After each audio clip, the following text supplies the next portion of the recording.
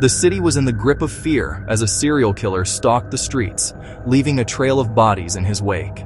The media dubbed him the Phantom for his ability to strike without leaving a trace. Gabriel was a quiet, unassuming man who lived a seemingly normal life.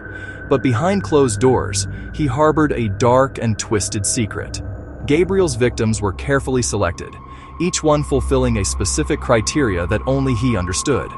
He would lure them in with promises of money, power, or love, only to snuff out their lives in a violent frenzy.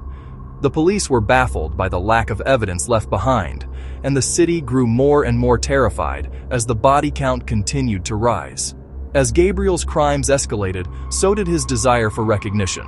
He reveled in the fear and chaos he caused, relishing in the power he held over his victims and the city at large. But deep down, Gabriel knew that his reign of terror could not last forever. The police were closing in, and he could feel the walls closing in around him.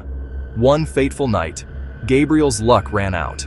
The police finally caught up to him, cornering him in an abandoned warehouse on the outskirts of town. As he stood surrounded by armed officers, Gabriel felt a strange sense of relief wash over him. His time was up, and he knew it. The standoff was brief but intense. Gabriel refused to go down without a fight, but in the end, he was no match for the sheer force of the law. As the officers closed in on him, Gabriel knew that his life as he knew it was over. In the end, Gabriel was taken into custody, sentenced to spend the rest of his days behind bars. The city breathed a sigh of relief as the Phantom was finally brought to justice. But for Gabriel, the real punishment was yet to come. Locked away in a tiny cell, Gabriel had nothing but his thoughts to keep him company. As the days turned into weeks, and the weeks turned into months, Gabriel's mind began to unravel.